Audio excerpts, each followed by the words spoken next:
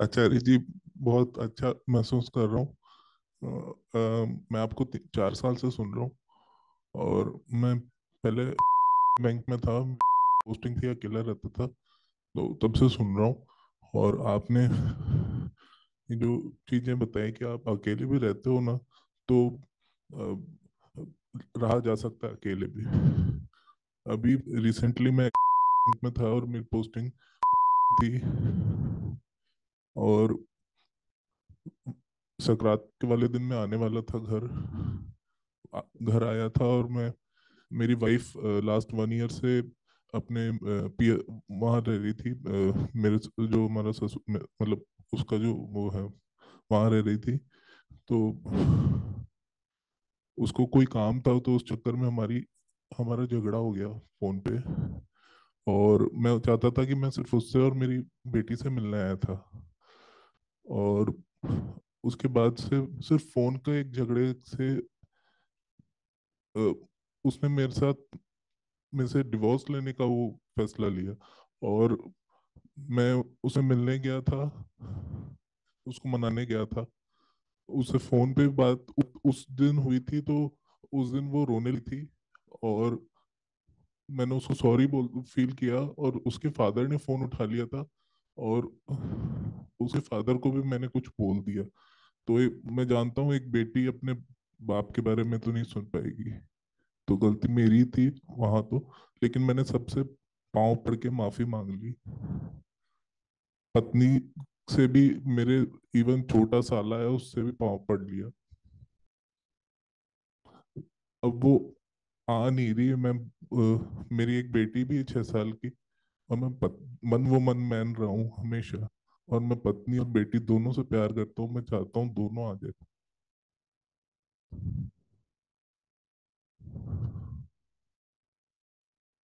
और मैं, मेरी कोई भी गलती, वो बस छोटी छोटी गलतियों को पकड़कर बैठ गए आचार्य जी। जैसे कभी मैंने उसको बोल दिया कि तुम ये हर्बल एंड न्यूट्रिशन वगैरह ना लेकर, और तुम रेगुलर अगर एक्सरसाइज भी कर लो तो उससे भी फायदा होगा।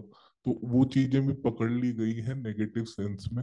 कोई बात नहीं, लेकिन मैंने उस चीज के लिए भी, उसने, वो बोलती थी कि आप ड्रिंक करते हो, तो मैंने कभी कभार मैं कर लेता था, तो कभी बैंक की पार्टीज वगैरह में। तो मैंने वो भी एकदम बंद, मैंने लहसुन प्याज भी एकदम त्याग दिया आचार्य जी।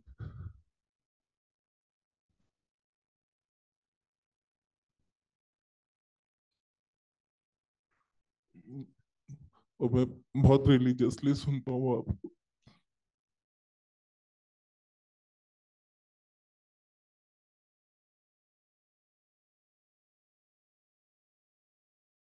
मैं नहीं जानता कि बात क्या है। मैं कैसे इसमें क्या बोलूं। मैं नहीं जानता कि उनको आपसे वास्तविक समस्या क्या है। ये मामले बहुत निजी होते हैं ना, पर्सनल। अब किसी व्यक्ति को दूसरे व्यक्ति से क्या समस्या हो गई, वो बात इतनी निजी हो सकती है कि मुझे तो क्या हो सकता है आपको ही ना पता हो। आपको ही ना पता हो कि असली मुद्दा क्या है। तो मैं नहीं जानता हूं कि वो बात उस लड़ाई झगड़े की है, आपने कुछ बोल दिया, या कौन सी बात है। कोई मुझे विवरण पता है ही नहीं, ना पता हो सकता है। आप पूरी सब यहाँ पे आप एक केस स्टडी भी रख देंगे तो भी मुझे पूरा नहीं पता चल सकता। लेकिन एक बात है, वो जो संत तुलसीदास को लेके किंवदंती है, वो याद है ना? क्या उनकी पत्नी थी, तो एकदम आतुर होकर के वो भी अपने मायके गई हुई थी। तो बरसात, मॉनसून, उफनती नदी पार करके वो इच्छा के आवेग में उनके पास चले गए। अब किसी ने देखा नहीं, कोई सीसीटीवी तो होते नहीं थे ना उस वक्त। ये था कि व्लॉगिंग करो। तो ये तो अब बस जनश्रुति है, लेकिन हम मानते हैं कि हुआ होगा। तो चले गए अपना उफनती नदी वगैरह पार करके, और शायद अमावस रही हो, कुछ नहीं दिख रहा। वो ऊपर रहती थी पहली दूसरी मंजिल पर। नाम नहीं याद आ रहा। रत्नावली।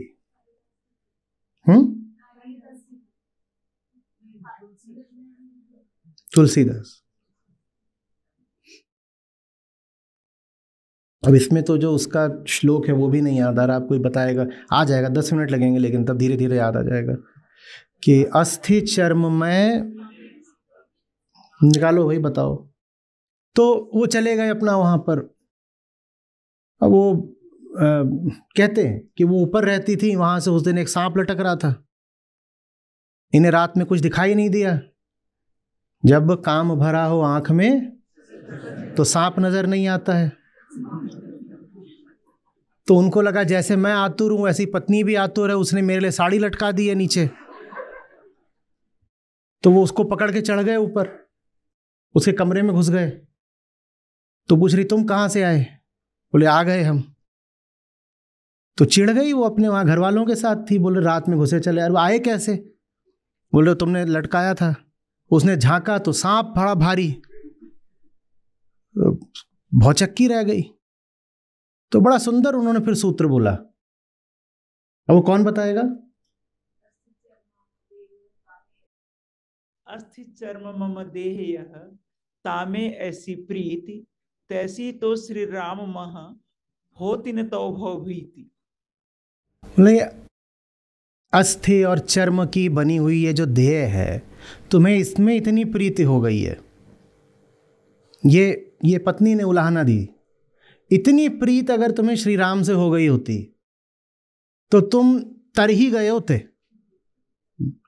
ये जो भवनद है तुमने पार ही कर दिया होता। जितना तुम मुझ पे मर रहे हो, इतना अगर राम पे मर लिए होते तो तुम्हारी जिंदगी लग गई होती। बड़ी अद्भुत स्त्री रही होंगी।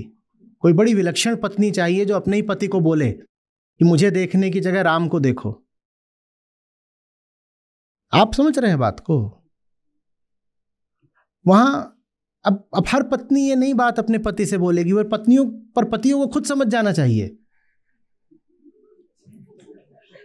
पत्नी के बोलने की प्रतीक्षा थोड़ी करोगी। पत्नी आके बोले कि भाई मेरे पास अस्थियां और चर्म, खाल और मांस के अलावा मेरे पास कुछ नहीं है। और ये बात तुम्हें समझ में आ जानी चाहिए थी अब तक। शादी के 2-3 साल बीत चुके हैं, कुछ नहीं है इधर। जितेंद्र जी मस्त हो गए बिल्कुल।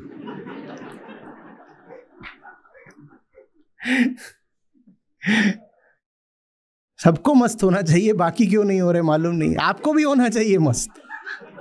कुछ नहीं है भाई, अस्थि चर्ममय देह है और क्या।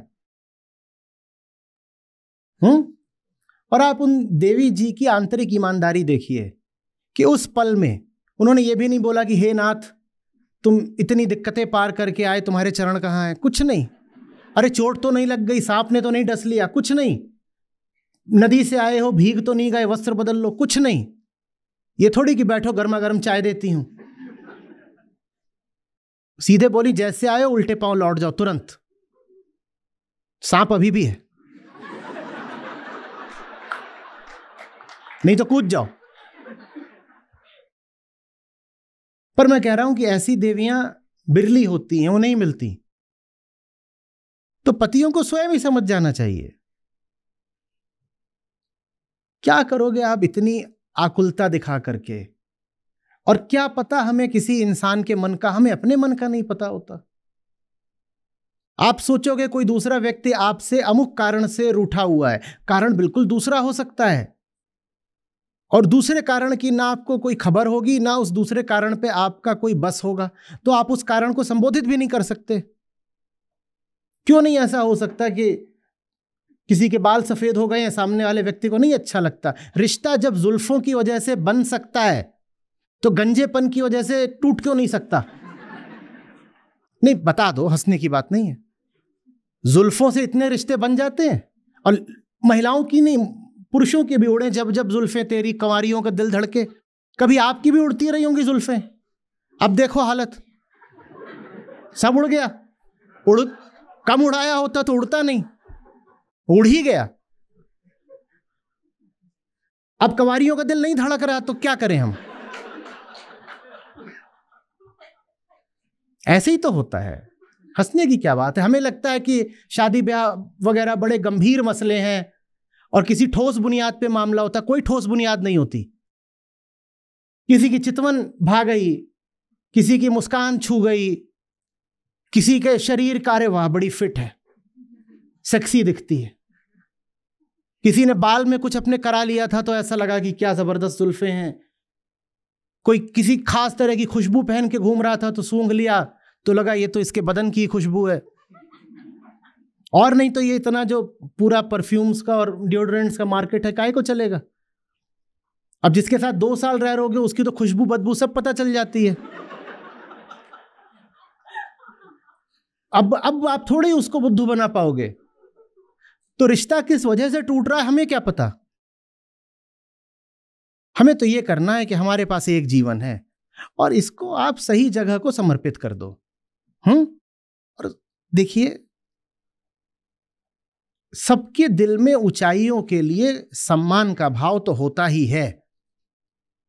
आप इतना ध्यान किसी व्यक्ति पर लगाने की जगह अपने ऊपर अगर लगा दें तो हो सकता है वो व्यक्ति स्वयं ही आपके पास आ जाए।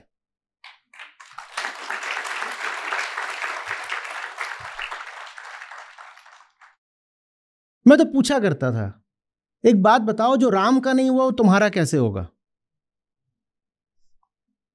हो सकता है आपसे भी वो यही सवाल कर रही हो कि तुम्हारे जीवन में राम तो है ही नहीं, मैं क्या करूंगी। और आप राम के हो जाएं, फिर जो आपके जीवन में ना आए उसका ना आना ही भला। आप राम के हो गए, राम माने क्या, ऊंचाई। आप एक बेहतर इंसान बन गए, आप ऊंचे इंसान बन गए, उसके बाद भी कोई इनकार कर रहा है आपके साथ रहने से तो उसका इनकार ही ठीक है। लेकिन हमें तो यही करना है ना कि पहला ध्यान हमें अपने ऊपर देना है। जितना ज्यादा हम रिश्तों में सर झुका देते हैं, इतना सर तो हमने सच्चाई के आगे कभी झुकाया ही नहीं। कहां कहां नहीं हम माथा रगड़ाते, किसके किसके नहीं हम पांव छुआते, सिर्फ ये कि रिश्ता बच जाए। अरे छोड़ो, झुकने में बुराई नहीं है, पर सही जगह झुको ना।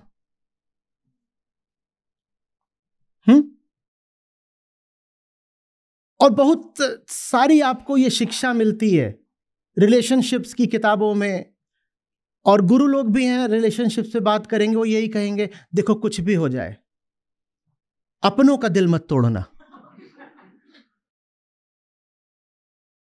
अपने कोई सपने थोड़े ही होते हैं, अपनों के सामने तो सर कितना भी झुकाना पड़े झुका देना। और मैं आपको बोल रहा हूं, अपना तो बस राम होता है, बाकी कौन किसका है।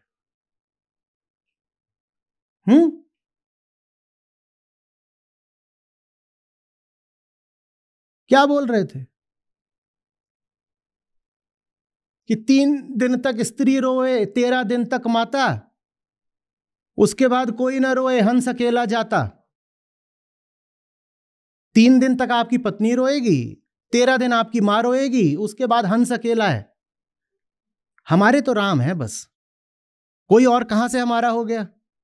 तो इतनी कातरता किसी व्यक्ति को लेकर के क्यों दिखानी। अकेले पैदा हुए हो, अकेले मरना है, बीच में क्यों लग रहा है कि किसी इंसान के बिना नहीं जीना है।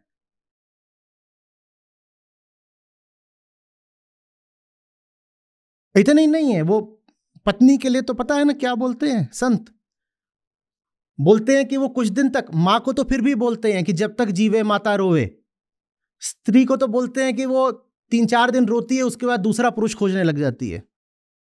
ये भजन की पंक्तियां हैं, अपने अनुभव में देखा होगा उन्होंने, तभी कह रहे हैं। और उसके लिए आप जान देने को तैयार हो।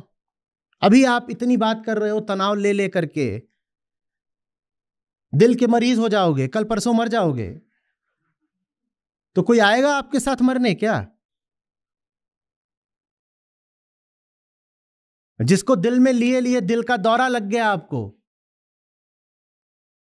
जब दिल जल रहा होगा वो कहीं आसपास भी नहीं होते, या होते हैं, उन्हें तो खबर भी नहीं होगी कि उनके कारण आपका दिल टूटा और दिल का दौरा आ गया, उन्हें पता भी नहीं चलेगा। उपलब्ध रहिए कि ये मेरे दरवाजे खुले हुए हैं, लेकिन जमीन पर मत लौट जाइए। हाँ, मेरे दरवाजे खुले, तुम जब जीवन में आना चाहो आ सकती हो, और जब भी मेरे जीवन में आओगी प्रेम और सम्मान पाओगी। लेकिन मैं आकर के नाक थोड़ी रगड़ूंगा, मेरे पास करने के लिए और बहुत जरूरी काम है। और मैं तुम्हारा दुश्मन नहीं हूं, आज भी मेरे मन में तुम्हारे लिए जगह है। जब चाहो चली आना,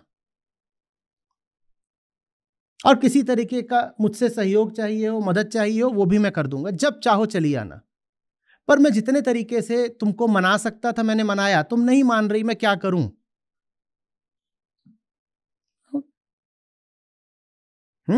एक है ना अपना,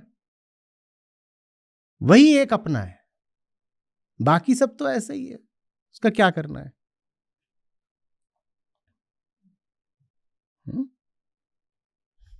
अपनी ऊर्जा को, दुख भी बहुत ऊर्जा लेता है। आपने देखा है, आप जब रोते वगैरह हो, तनाव में होते हो, दुख में चेहरा कैसे लाल हो जाता है?